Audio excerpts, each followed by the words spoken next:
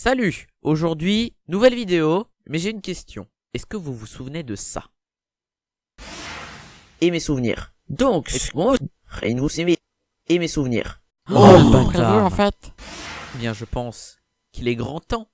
Aujourd'hui, je critique les souvenirs de Gravity Falls.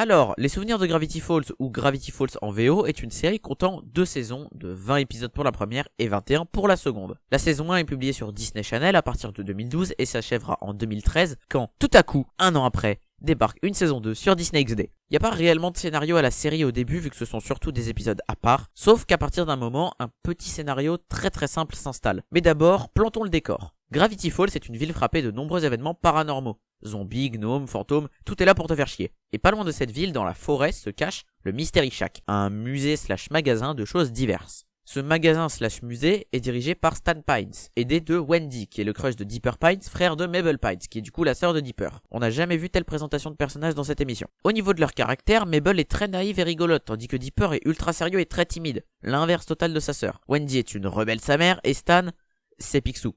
C'est totalement Picsou. Radin au possible, drôle mais détestable à la fois. Rien à rajouter. Il y a d'autres personnages un peu plus secondaires comme Moose qui est un comic relief et Gideon, mais ils sont pas réellement importants. À moins que Gideon veut en réalité s'approprier des journaux, il possède déjà le 1 et le 2, mais Dipper possède le 3e. Mais à quoi ils servent ces putains de journaux? Ils servent à se défendre et à invoquer des créatures sordides, dont une qu'il ne faut jamais, au grand jamais, invoquer. Bill Cipher. Oui, je sais, il s'appelle Crypto en français, mais je suis désolé, c'est moche. Gideon réussira à avoir ce 3e journal en le volant à Dipper, permettant d'invoquer Bill, qui est en gros un triangle avec un chapeau de forme qui est capable de tout faire. Absolument tout. Sauf qu'il a un problème. Il ne peut être matériel dans le monde réel. Il ne l'est que dans les cauchemars des gens. Il réussira tout de même à passer matériel dans le monde réel à cause de Mabel, et il assujettira le monde, enfin, Gravity Falls quoi, pour la plonger sous la bizarre apocalypse, ou Wermageddon en anglais. Pfiou, c'était long tout ça. Du coup, qu'est-ce que j'en pense de cette série? Eh ben, c'est ma série favorite, et de très loin. Elle est drôle et sérieuse à la fois, amusante, bien animée, les personnages sont attachants, je me lasserai jamais de la regarder.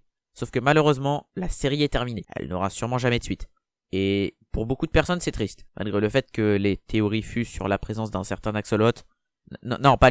Voilà, ça. Qui aurait encore plus de pouvoir que Bill, mais bon. Moi, en vrai, je m'en fous. Je trouve que la série mérite sa fin. Ça n'a aucun intérêt de la continuer. Ce serait trop tiré sur la corde. En bref, et attention, énorme spoil, Bill est mort. La série est terminée. Tout comme cette vidéo. N'oubliez pas de liker, partager, vous abonner et de suivre mon Twitter si vous voulez partager mon contenu. Le monde est vaste, mais celui du jeu vidéo l'est encore plus. C'était JJ. Et salut!